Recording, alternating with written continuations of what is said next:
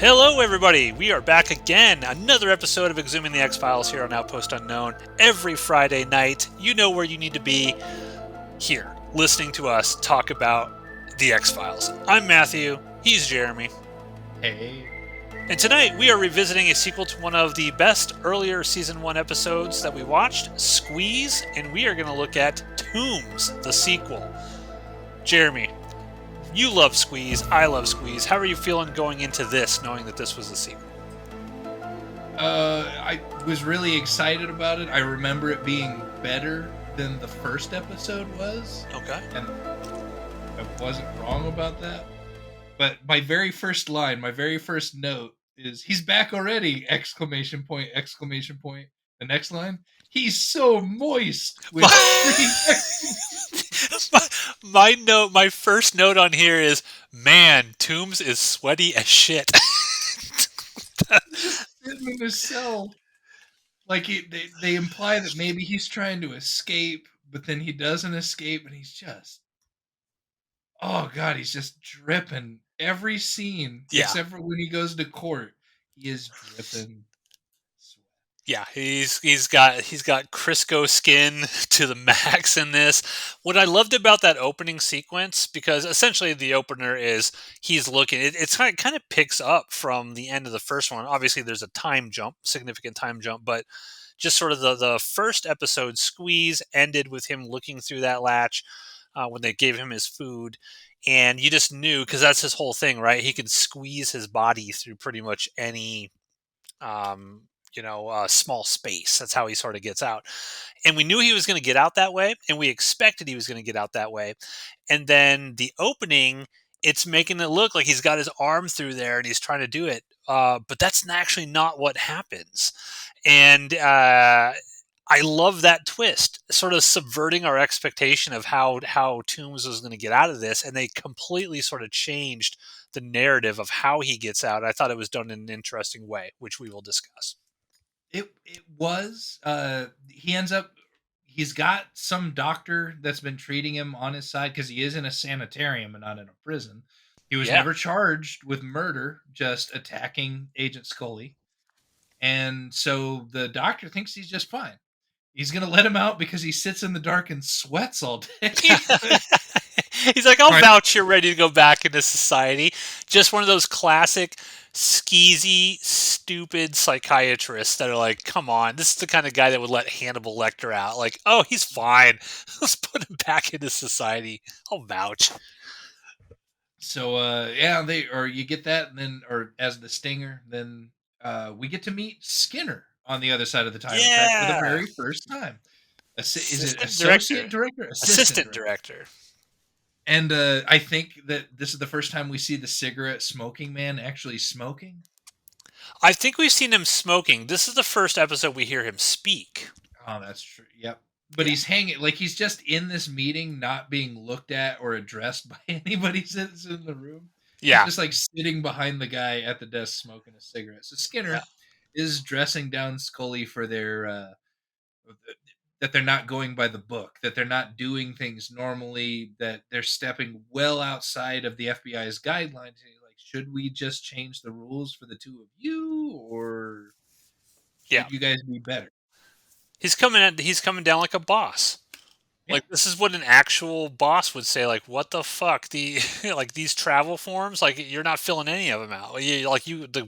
Every time they rent that Taurus and drive around, the government's got to pay for it. There's all amount of paperwork and crazy shit that Mulder and Scully are doing here.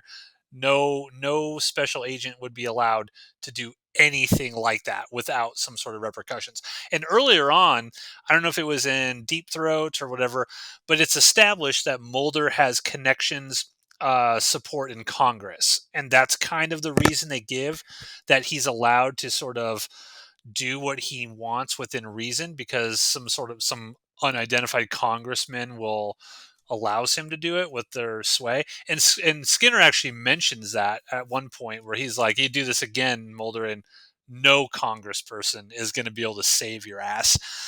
So I like that they focused on that, and they sort of made that a thing. And then Scully's concern as the episode moves on as to, like, oh my God, Mulder's going to get fired. Well, she makes a good point during that initial round with Skinner. It's like we've got a 75% case Yeah. closed record, and I don't know anything about being an agent, but that sounds like a really high number of your cases being closed. It is. It is because a lot of cases. I think the vast majority of cases. Well, it depends. Like if you're talking like murder cases and things, it'll fluctuate. Generally speaking, it's around 52 to 63% in any given year for murders, for example, will be sort of case closed, sort of solved. But there's a ton that doesn't. Like the stuff that they are working on, you would not think that they would have any kind. I mean, these are X Files. The whole point is they're unsolved. And so the fact that they're closing and 75% of them is like solved, that's yeah, that would be insane. That would be what any special agent would kill to have a 75% case resolution rate. Well above agency standards, as Scully says. But oh well, I mean, he lets off of her a little bit about it, but not really. And then they let him go. Mulder has to attend the court hearing, or I guess Toombs sits in front of three judges, and they decide whether he can get out. It's like his parole board, essentially. Right.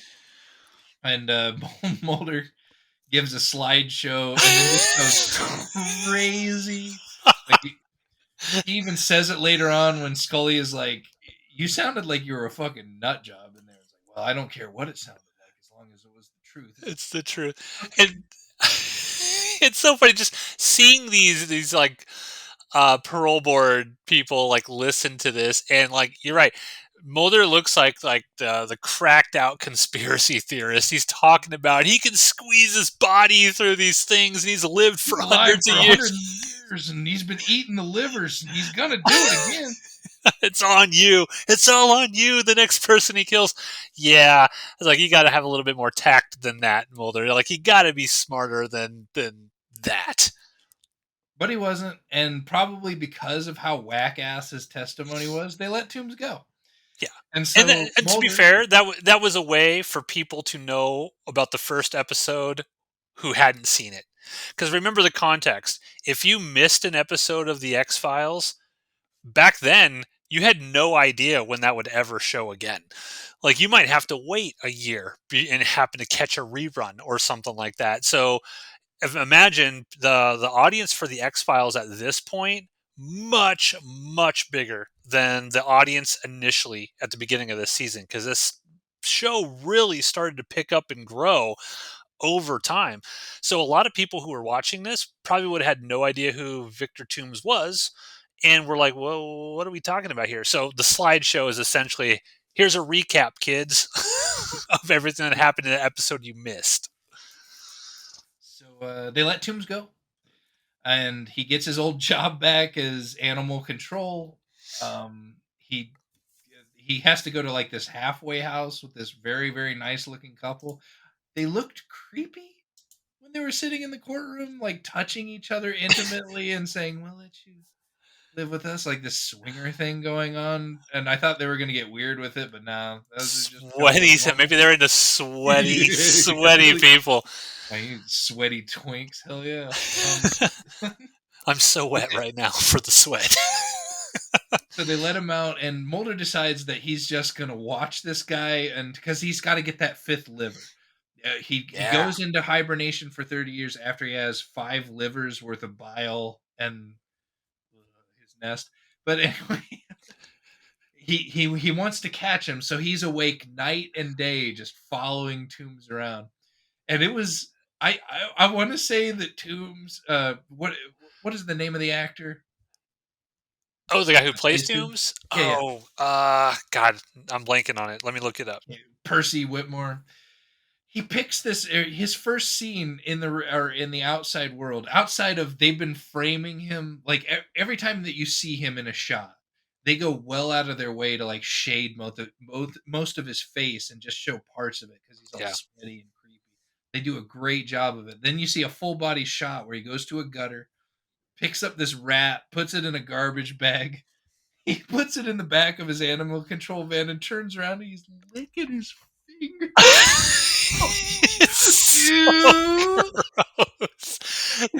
Doug And Hutchison. He's the actor who plays Tooms. oh, God, he had to have so much fun being gross. This Yeah. episode was gross. It was. It was just like one of those things where you're watching, you're like, I'm feeling so uncomfortable right now. Like every time, like just the facial like mannerisms of him. Whatnot. Like when he's in the courtroom, and like from shot to shot, he'll either have like those yellow green eyes, and then it's like every time he's looking at somebody, his eyes go green. I think I'd be like, look at this dude's eyes right now. He wants your liver. It's weird. It's gross. And then like when he gets off, right? And so like he's walking down the hallway and Mulder's standing there. He gives Mulder like this look that almost like licks his lips when he's doing it. It's like, I'm just feeling you're so sweaty and you're licking things I don't want you to lick. It's just icky to me. Oh, that finger licking scene was and I it feels like it was ad libbed, but because he was sloppy with it too. He's like, oh. But he sees this woman, and I don't know what is up with his. He just, I guess he just targets certain people. There must be something about their aura, and there's these kind of neat scenes where the background fades into black and white, and just the Yeah, person, the target that he's staring at, that he wants real bad, his eyes are yellow, they're all in color, that's and he's cool. I gonna like that. he's gonna walk this chick down that's just grabbed a coffee, and then all of a sudden Mulder stands in front of him. Hey, Talk blocks him. I lost my dog. Can you help me find my dog? And he's just being a prick. So Toombs gets in his van and leaves. It's just to let him know that I am following you. I'm watching everything Yeah, that you do. You're not going to get away with this. yeah, for sure. In the meantime, he's asked Scully to go back to the previous episode's cop that was investigating this crime in the past to ask him if he knows anything else. And he just so happens to know something else. Yeah. Every Like, time and there's a Scully's like, "This is unorthodox, Mulder. Like, we shouldn't be right. doing this." But she finds the funding for ground penetrating Yeah. radar at a place that just poured concrete like back in the 70s. Like, okay, we're just Yeah. doing this off of this cop's hunch. And then for some reason, like he wheels over to this certain part of the factory and just starts pointing to the ground. It's here! Like, no, Well, what? even at his house, he just has a fucking like liver in a glass jar. Yeah, He's like, this yeah. liver, yes, yes, I knew it was there the whole time. You got to go there. And again, Scully just like, okay, I believe you. Yeah. Let's go find it. Let's put government resources into your hunches. Yeah. Okay. And yeah, he knew exactly where it was. I was like, why didn't you tell people that 40 years ago? Right. But, it was still But fun. It's still fun. and then they drop that guy like a bad habit. He does not appear for the rest of the episode. Yeah. It's like he just knows everything. Why not just keep him around? Yeah. He did his one thing, which was to move the plot forward so they could get some sort of evidence against Toombs. Because all the evidence they have now, they're not going to get it until someone gets eaten. And then what was it? Well, I have Mulder. on my thing here. This is my next note. This chick is eye fucking the dude and is like, I'm gonna go watch TV in bed, and he's oblivious. Green goo in the toilet. That's the next scene, I Oh think. yeah. So Mulder is on stakeout, and he follows Toombs in his van to somebody else's house, not the halfway house that he lives at. He just parks outside of this person's house, and he's just staring at the back of it. And then he falls asleep. I mean, yeah, he's been awake for a long time, but come on, Mulder. Like, I this think, is the most fucking suspicious thing he's done to date, and you're just like, yeah, I think at some point Scully says like, you've been up for 3 days straight. Like, you need to go to sleep. You're gonna get sloppy. He gets sloppy. well, Mulder wakes up, runs over to the van, opens up the doors on the inside. Toombs is gone, and then they show this cool kind of shot where they pan underneath the van, and the what is it, the street, what do you call it, the sewer manhole covers just kind of Yeah. slides into place. So Toombs is in the sewers, and he's going to go attack these people. whirlpool through the toilets. And we actually get that scene where he was not like, okay, you go all the way back to the beginning of this episode where he how only can reach his arm out to like extend his arm longer to try to get the lock Yeah. at the sanitarium door, but that was a pretty big slot. A toilet hole is very, very small. So they were implying that he was coming from the sewer and crawling up their shit pipe to make his way out of a toilet. It's like that. It's so implausible because it's like, you know how many shits I've taken that have clogged the toilet. How is Tooms gonna make his way up? But I love the fact that the mother has that lock on the toilet lid, so like the kid can't get into it and drown or something like that, and it's like locked on there, and like Tooms can't get out through there. I was like, I like this. This is kind of an interesting take. But and that part of it where the toilet was backing up with green Kool-Aid and then she Yeah, goes and gets the snake and stuff. I kind of like that scene. I just want to or and then Toombs like grabs a hold of the snake apparently yeah. underneath and starts pulling it down and she starts wrestling with him about like poo water is splashing and I just want to take this opportunity. For those of you out there who have never ever experienced pink eye, there are two ways to get it scratching your ass and then scratching your eyeball and wrestling with a toilet snake when it is in poo covered water splashing it all over it's a recipe for pink eye, believe me. I know I could elaborate at another time, but just don't do it. The more So you know. he decides that he's not going to break into their house through the toilet.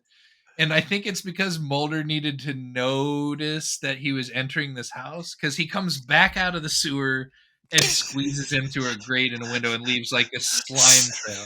Sweaty and shit covered. It's so gross. I'm like, just imagine you could just smell him through the television. Oh It's yeah, yeah. so And disgusting. Mulder or Scully even mentions it later because they're on stakeout or or doing the stakeout again. She sits inside and is like, Mulder, it's getting ripe in this car. And wouldn't you know it, as she gets out and goes back to her own car to leave, the trunk on his car just starts to Yeah. slightly close. Toombs is in the back of his vehicle. Oh no! That And he's what? that's yeah, that sequence in the car is actually, from what I've read, very famous amongst X Files fans, because we remember at this point in time, Mulder and Scully have a very platonic relationship, and I think that's one of the big reasons why people really gravitated and loved this show so much. Where it wasn't just immediately, okay, the two leads are going to hook up and they're going to be a couple. It was like a platonic friend relationship. But there's a line of dialogue in here when Scully is talking to Mulder, and it's kind of regarding the Skinner stuff. And she's like, "Look, man, you're doing things by the book." And Mulder tells her, "Hey, this is on me. I wouldn't want you to have anything in your official record for something that I did." And then she tells Mulder, "You're the only person that I would, basically break protocol for." And they have that kind of very quick moment, like where they look at each other, and then Mulder says, "If there's an iced tea in that bag, it might be love." And then she looks at him and she's like, "Well, you're in luck." And then she's like, "It's a root beer." And then he's like, "Ah." But apparently, like the X Files hardcore super fandom, they use the iced tea as like the metaphor. It's like when they meet up at conventions and stuff, they will give each other iced teas, and they say that's the moment that Mulder and Scully fell for each other. Whether Huh. it is or not, but that's how the fans kind of view it. That dialogue in the car. I mean, it was weirdly intimate from her side, and it was not intimate at all from his. Yeah, That correction of "I make my parents call me Mulder" line just kind of yeah, because she calls him snubbed it. Fox. Yeah. Yeah, she was that the first time. Yeah, that's the first time she's ever called him by his first name, I think.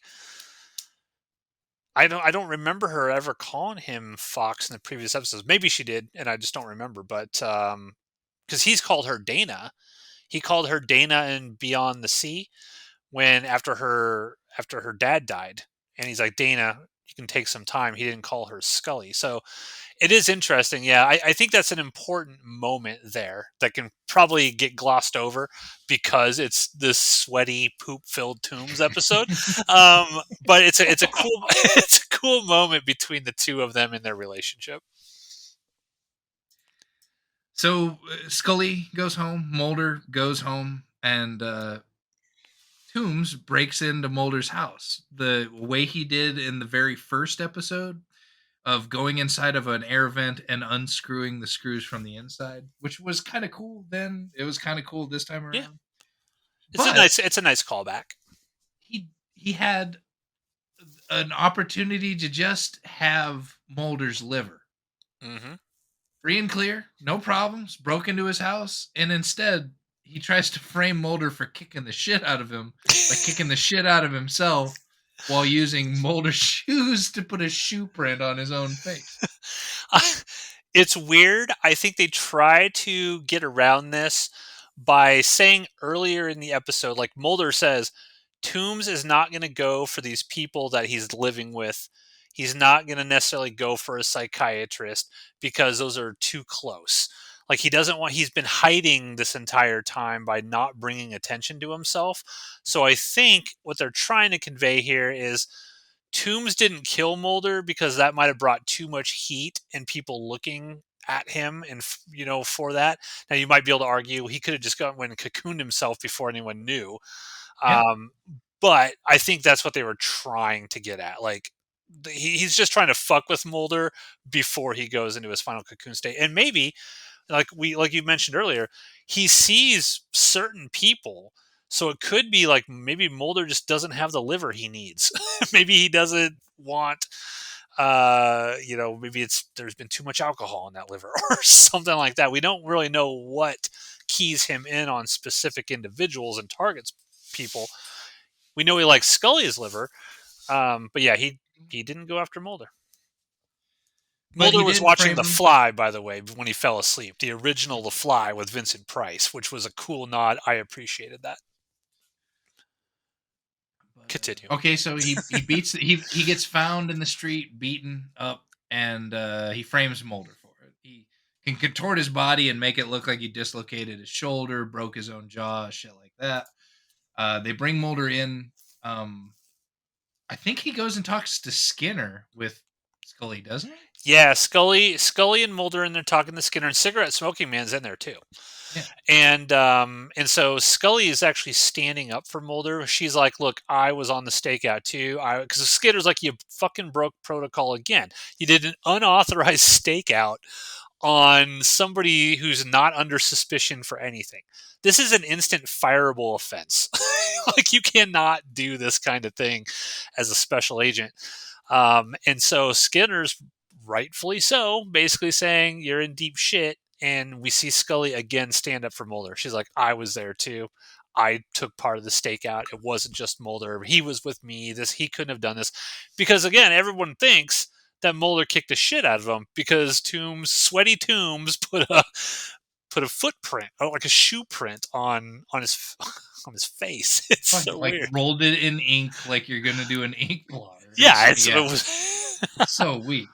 But I didn't understand quite, other than she just wanted to get him immediately out of trouble. But he's like, you do forensics on that face kick, you're yeah. gonna find that there's a shoe print with no weight behind it. And it's like, okay, that sounds plausible. And then immediately Scully swoops in and lies for him, which I thought was weird.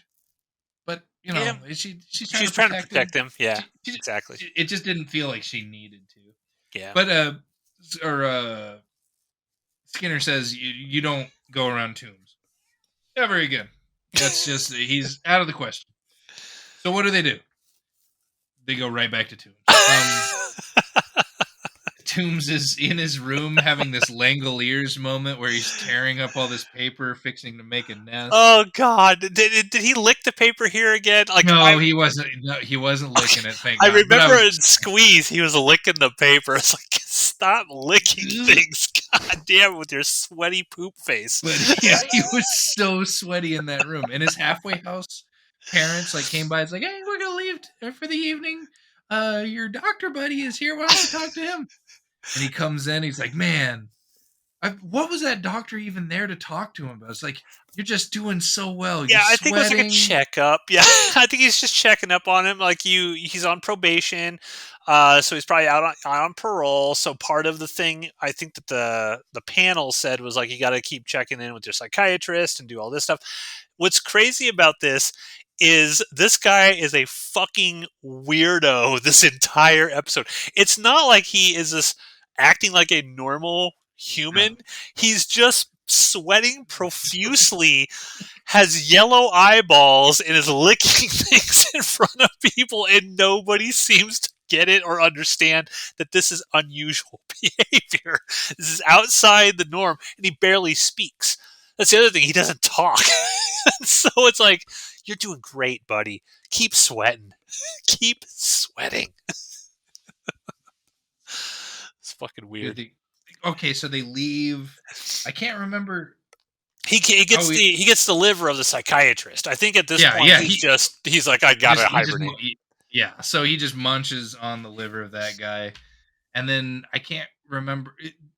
They just immediately after being told by Skinner not to go see Tooms, they go to his halfway house and come out of the car like guns drawn. And it was Scully who had her piece out first in this scene, but there was no reason. And then they Still, went upstairs. well, I think that they realize, like, I don't, God, now I can't. I just watched this morning too, and for whatever reason I can't remember the exact detail, but I feel like they somehow figured out that Toombs was either going, like, had to get that liver.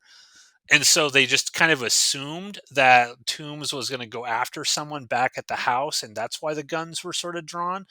But with regards to the guns being drawn, and the issue that they sort of make with Scully, like she's always the one gung ho, when they actually realize that Toombs is, gosh, was he like in a mall or something? He's underneath like an escalator. He's making his final cocoon there or whatever. It's actually Scully that's just without hesitation is going into that sort of like grate first. And then Yeah. Mulder stops her and he's like, you can get the next mutant. And he Yeah. goes down in there, which I thought was so cool because again, they don't draw attention to it. It's just that is Scully. She goes head first into everything, and she's never portrayed, or I shouldn't say never. Sometimes there's bad writing on the show, but the vast majority of times, writers make her just a strong woman who is not sort of, I don't want to use the term just one of the guys because that kind of takes away from her character. I don't mean that, but she's just like, it's just another, for lack of a better term, just one of the guys. This is just what she does. It's her job, right? And she's willing to get into the poop and the sweat just like anyone else, and not she's not shown as a kind of like a girly girl where she's like, oh, I don't want to get dirty, and you go in there, Mulder. We don't get that. She just does it, and Mulder has to stop her. Love that. That was really good writing. But man, does Mulder get it bad down there. Yeah. He crawls underneath the escalator. He makes the most fucking noise you would have ever imagined a human being trying to sneak. Like, he comes up to this grate and just bangs this huge iron grate down. It's just echoing everywhere. Like, I'm coming! He gets down to finally this open room that's roughly where Toombs has been spending the last, however many hundreds of years hibernating. And it's just this bile and newspaper mache So nest again. gross. It's like, oh. And he starts looking through this hole, and sure enough, bile covered arm just comes reaching out for it. And I wrote down, ooh, attack. Mulder Yeah. immediately drops his gun and leaves. Oh yeah.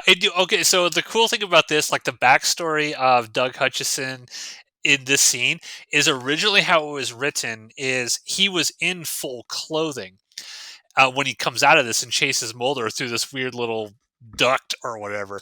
And Doug Hutchison was like, "No, I got to be naked for this." they were like, Good on you. they were like, "What?" And he's like, "It would make no sense that he's fully clothed when he's going into this weird hibernation cocoon sort of thing. I gotta be sweaty and naked." He's and just, he oh oh, god, it's so gross. He's like, I don't know if they sped up the footage a little bit, but he's like crawling through. It reminded me of Aliens when Bishop is trying to get to the transponder, and he's in that little tiny sort of corridor, and he's like scooting straight towards the camera. That's what they do here. Only imagine Lance Henriksen naked, covered in sweat. That's the and kind of terrifying thing that we saw there. it's sweat and earwax, thick layers of goopy, Oh. yellowed ear. He looked so gross. And like they eventually, like Mulder gets back to Scully. She lends a hand. She pulls him out of there. Um, you can see the steel in the bottom of the shaft where the dude was crawling around at, and it's covered in dirt and this fucking shit that was all over his Yeah. skin. It was just so nasty. And Mulder And is then, he's covered yeah, in oh yeah. poop and nastiness coming out of there. I mean, it's disgusting. And then Mulder hits a switch to turn on the escalator and grinds Tooms into hamburgers. Now you got to keep in mind that he just got told by the assistant director, Yeah. so what the AD, don't go near this guy. He immediately goes to that guy and grinds him up in an escalator. Like, And it's like, how are you going to explain this one? Like, how are you going to go back to Skinner and explain this one? This whole end sequence was fucking great. I loved it. I was totally engaged in this. I was like, I have not seen this much sweat since our Graveyard Shift show. When we were watching Graveyard Shift and everybody in there, Brad Dourif just is wet. just dripping wet. Oh god, it was great. This is like chef's kiss perfection. This whole end here, I loved it. Gross chef's kiss. I remember the message I sent you earlier today, right after I finished it. I'm like, that was so fucking Yeah. nasty. Gives you the creeping willies for sure. Right. But yeah. Would you say you would recommend this episode to people who want to watch X Files? Yeah, absolutely. There's one thing that we forgot to mention. They do go back to Skinner again, I think, at the very end, and like that's when Skinner says the thing, and Cigarette Smoker Man's in there, and Skinner's like, "You do one more thing like this, and nobody's gonna save your ass," and they leave. Oh, and that was the other thing. Skinner tells Mulder, which I thought was really good. I don't know if that was in the end scene or the scene before. Skinner tells Mulder, like, look, you are one of the greatest FBI agents in the history of this entire agency. And even Skinner mentions that he was seeing Mulder's career up. Now we had seen people talk about this previously. Was it Reggie, his old boss Reggie or whatever, the Academy or something, Yeah. mentioned how great he was. But here we actually see Skinner say that for the first time and recognize that Mulder is great and that he's wasting his talents doing all of this shit. He tells Mulder to go take a vacation. Um, and when but so I felt like that was an interesting moment between him and Skinner. But at the end, after Mulder sort of leaves, Skinner actually is looking at Cigarette Smoking Man. He's like, "Do you believe them?" Because he's reading the report. Like he was reading the report that Scully wrote up, and he was just like, "What the fuck is this? You want me to believe any of this? This is bizarre." And he asked the Cigarette Smoking Man, "Do you think that this is real? Like, do you believe this?" And Cigarette Smoking Man turns back to Skinner. And he says, first line of dialogue ever. He says, "Of course I do." And that's in. And then at the very end, when Mulder and Scully are sort of walking away, you get that really ominous comment from Mulder where he's like, "I can feel a change is coming for us. Like something's about to happen here." Because he mentions earlier in the episode how they're gonna try to shut down the X Files. He could feel it, Yeah. and you get that moment where Mulder's like, "Yeah, something bad's happening. Like something's about to happen." And Scully's like, "How do you know? How do you know?" And he's like, "Call it a hunch." Call it a hunch. Just like the old man had the hunch about finding and knowing exactly where the body was buried, Mm-hmm. right? Super dope. So yeah. And was this the episode also where Mulder, was it Scully or Mulder, were talking to that scientist guy, and he's like, "Oh, it's off the books. This skull matches this body." Uh, and, Oh and yeah. and then Scully was like, "Well, good thing this is off the books because I'll get in trouble from my assistant director if any of this." So they really tied all those themes together again. I love this episode. I absolutely loved it. I thought it was fantastic. Yeah, it's very, very good. It was just everybody seemed to have fun with it. All of the acting was extremely believable. The angle that Tooms and how scary he was in the first episode was just way ratcheted up because of the grossness and how seriously he took the role. Yeah, It's just very enjoyable from beginning to end. One of the best episodes of the season. for sure, for sure. And some facts about this episode. Let's see who wrote this. This is Glenn Morgan and James Wong wrote this one. And some facts. Glenn Morgan also felt that Harry Longstreet, who was the initial director for Squeeze, had been a quote problem, and a second episode allowed for the use of scenes which Longstreet had failed to film for the earlier episode. And I think, if I remember correctly, those were the scenes with that detective. So I think a lot of those detective scenes were supposed to be in the original, but those were the ones that were cut. And so they refilmed and brought that guy back for some of this stuff. For his final scenes, Doug Hutchison performed nude. As scripted, Toombs was supposed to emerge from his cocoon wearing his animal control uniform, but Hutchison thought that made no sense. Good on you, Doug. Way to stick to your guns on that. Be naked.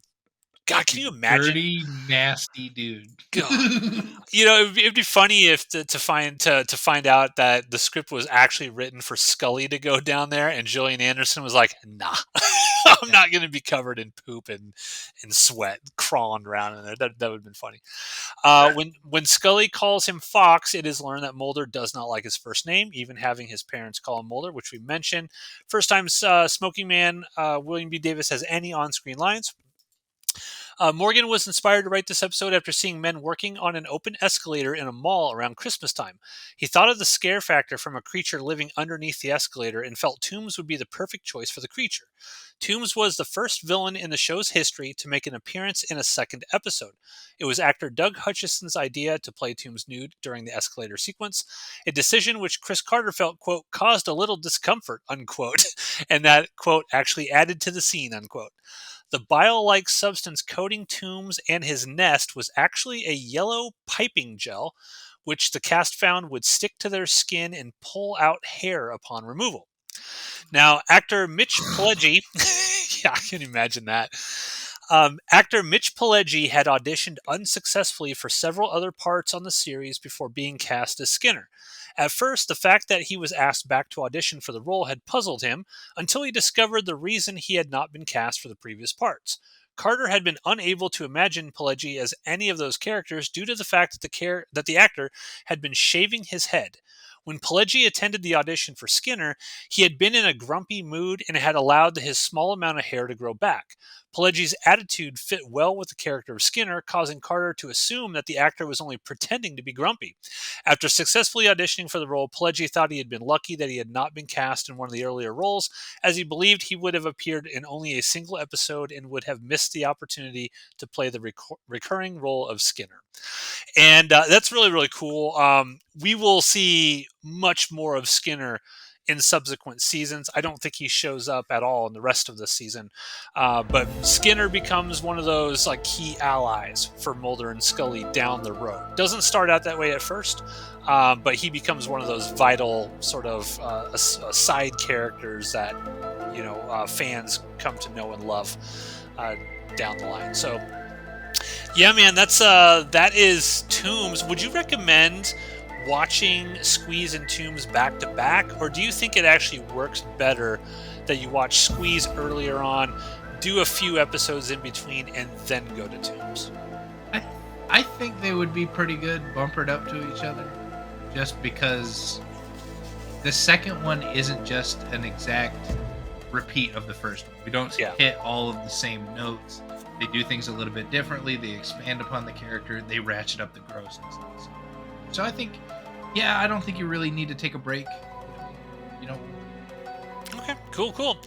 So that's that. We'll be back next Friday, ladies and gentlemen, with another episode of Exhuming the X-Files. Let us know, what did you think of Toombs? Was he as sweaty and poopy as we thought he was, or are you into that? and you wanted more sweat and poop on him, and you didn't feel the episode gave you enough, leave a Oh, comment down below. Hit that like and yes. subscribe. Tell your friends if they're X-Files fans. Tell them about our show. We love to hear from you. So with that, we'll see you next Friday, everybody. Take care.